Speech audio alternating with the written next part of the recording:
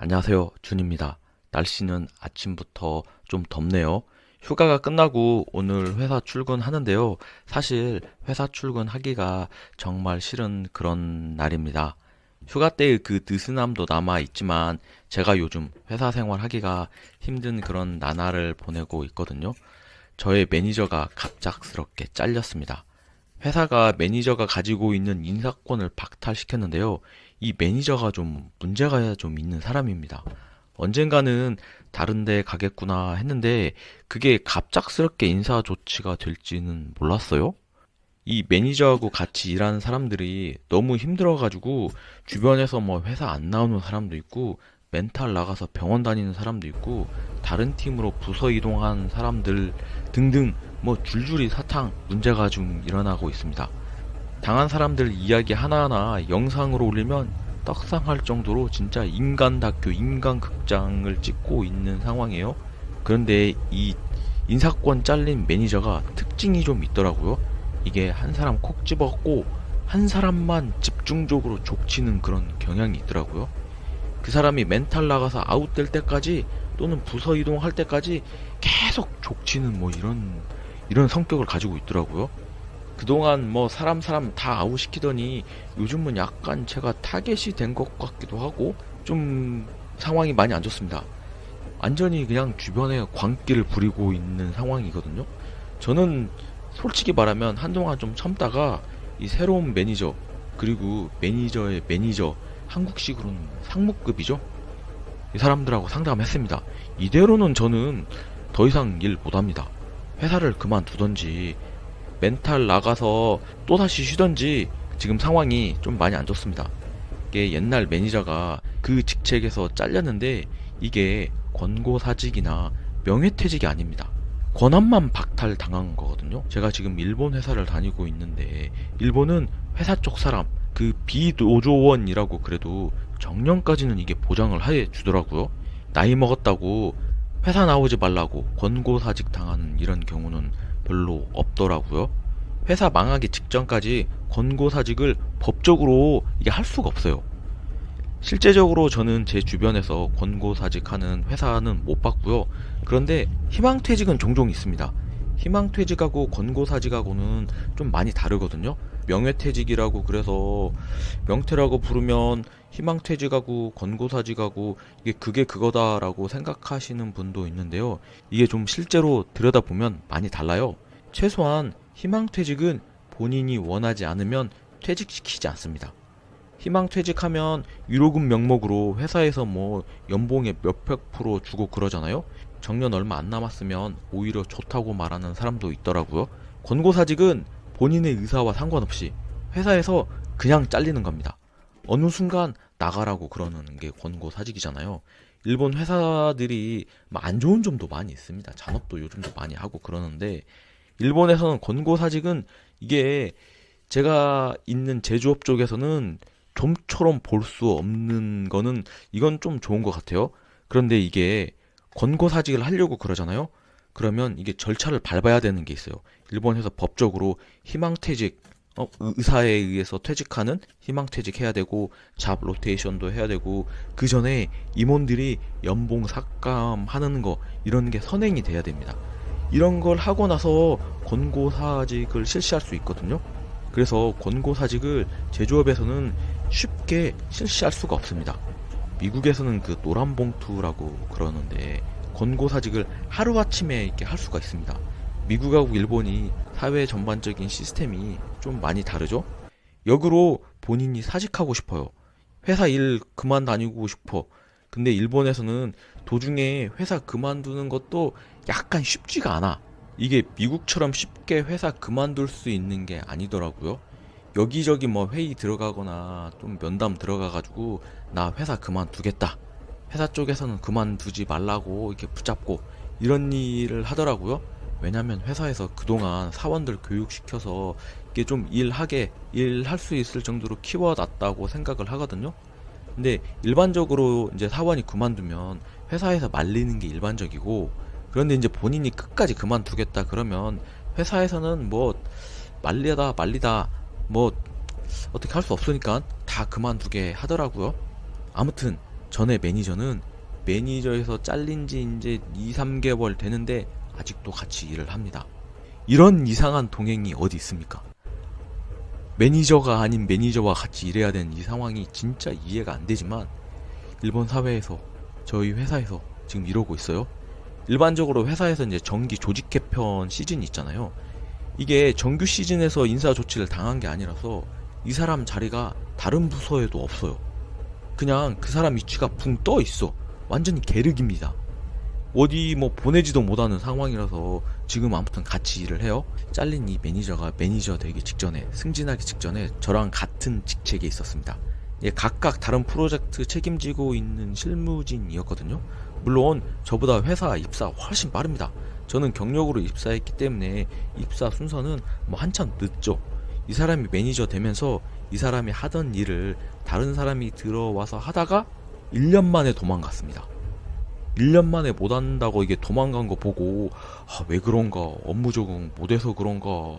그런데 이 1년 만에 도망가는 상황이 벌어지니까 결국에는 예전에 그 매니저가 했던 일, 1년 만에 도망갔던 사람의 일을 제가 이제 떠맡아서 올해 하기 시작을 했죠. 물론 기존에 하던 저의 일이 있잖아요. 저의 프로젝트가 있는데 거기에 플러스 알파로 추가 업무를 해야 되는 상황이 이제 올해 벌어졌어요.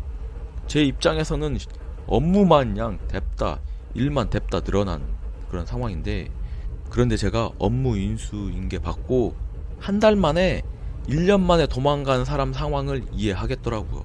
사실은 1년 동안 버틴 게 대단하더라고, 진짜로.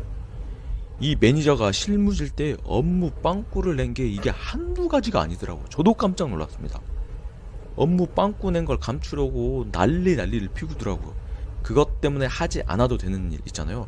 아랫돌 빼서 윗돌 메꾸는 이런 일만 계속 반복적으로 하더라고요. 그러니까 애들 다 죽어나가는 거야. 그러니까 프로젝트 책임지는 사람들하고는 이 매니저가 사이가 그렇게 안 좋습니다. 실무 책임자하고는 이게 앙숙관계인데 계급이 깡패라고. 상급자, 도장 찍어서 결제하는 사람이 그 사람 의도대로 돼야 되는 게 회사잖아요. 그게 조직이잖아. 일본은 결제자가 지 마음에 안 들면 절대 도장 안 찍습니다. 어쩔 수가 없이 그 사람 의도대로 이게 가야 되는 상황이거든요. 아무튼 그런데 이 사람이 막내들하고는 사이가 엄청 좋아요. 주변에서 저도 솔직히 깜짝 놀랐습니다. 보통 막내들하고 이렇게 안 놀거든요. 회사에서 매니저가 막내랑 친한 경우가 별로 없습니다. 매니저가 막내랑 놀아줄 시간이 사실 없잖아. 저도 시간이 없어서 다이렉트로 막내랑 이야기 잘 안 합니다. 근데 이 사람은 막내 레벨하고 이렇게 회의하고 오면 싱글벙글 웃고 기분 엄청 좋아하거든요. 그 막내들이 이야기 다 잘 들어주잖아요. 좀 자기가 지금까지 했던 업무의 그 무용담 이런 것도 이야기하고 그러면 막 그냥 자기가 영웅된 그런 기분도 들 거 아니에요? 그런데 실무 책임자들급하고 이야기하면 서로 인상 쓰고 얼굴 찡그리면서 회의가 끝납니다. 저는 솔직히 그냥 더 이상 말 안 섞으려고 그러거든요. 그리고 저는 네 알겠습니다. 와카리 마시다. 그냥 시키는 대로 하겠습니다. 그 사람 말에 긍정이나 부정 안 하려고 노력을 하거든요. 그러고 나서 회의 끝나고 나서 실무 책임자들끼리 몰래 뒤에서 모입니다. 이것도 난리 났다. 저 어문 소리 해야 되는데 어떻게 해야 되냐? 이 실무진끼리 대책 회의를 해요. 그때 대책 회의할 때 보면 일본 사람들도 뒤에서 별의별 이야기 다 합니다.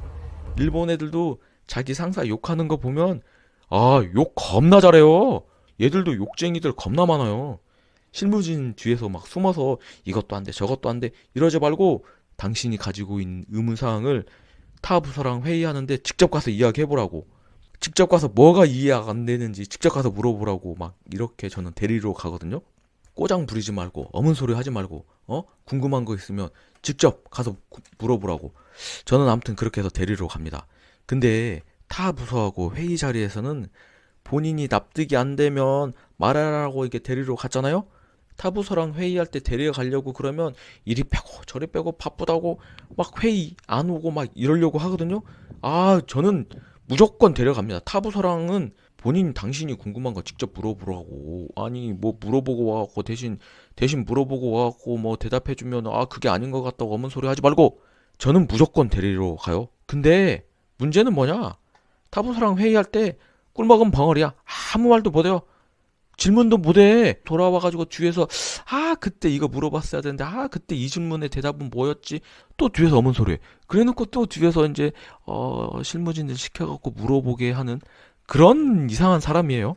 이런 사람하고 같이 일하는 거 되게 힘든 거거든요. 저도 일본에서 잠깐 멘탈이 나가가지고 쉰 적이 있습니다. 멘탈 나갔다고 그래서 회사를 쉰다? 이거 회사에서 잘리지 않습니다. 2년까지는 회사에서 멘탈 나갔다고 봐줘요. 처음에는 월급도 줘요.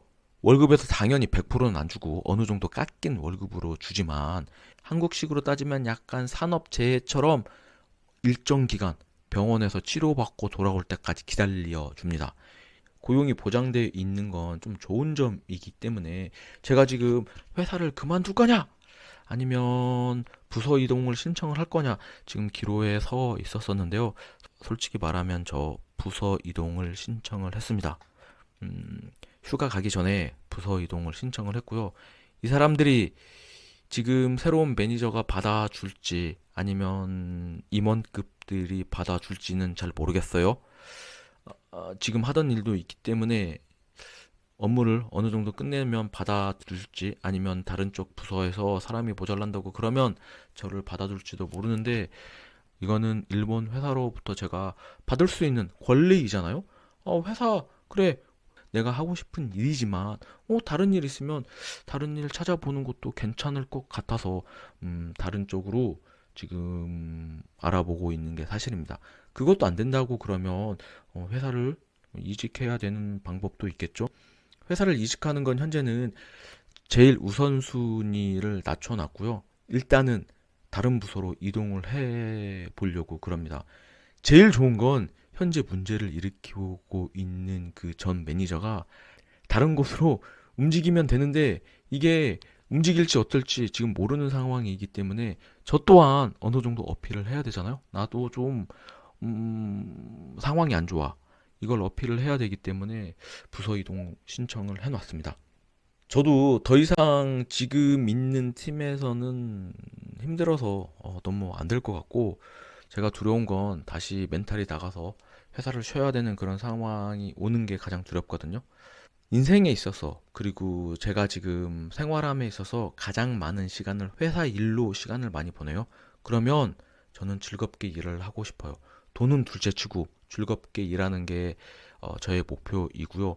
그것 때문에 제가 일본에 왔는데 일본에서 즐겁게 일을 하지 못한다고 그러면 제가 일본에서 있을 이유가 없다고 저는 생각을 해요. 아무튼 저의 부서 이동 신청이 어떻게 됐는지 조금 더 기다려 보려고 그럽니다. 그리고 사회생활을 하고 계신 모든 분들 회사에서 힘든 일이 있지만 우리 잘 버티자고요. 구독, 좋아요, 알람 설정 사랑합니다.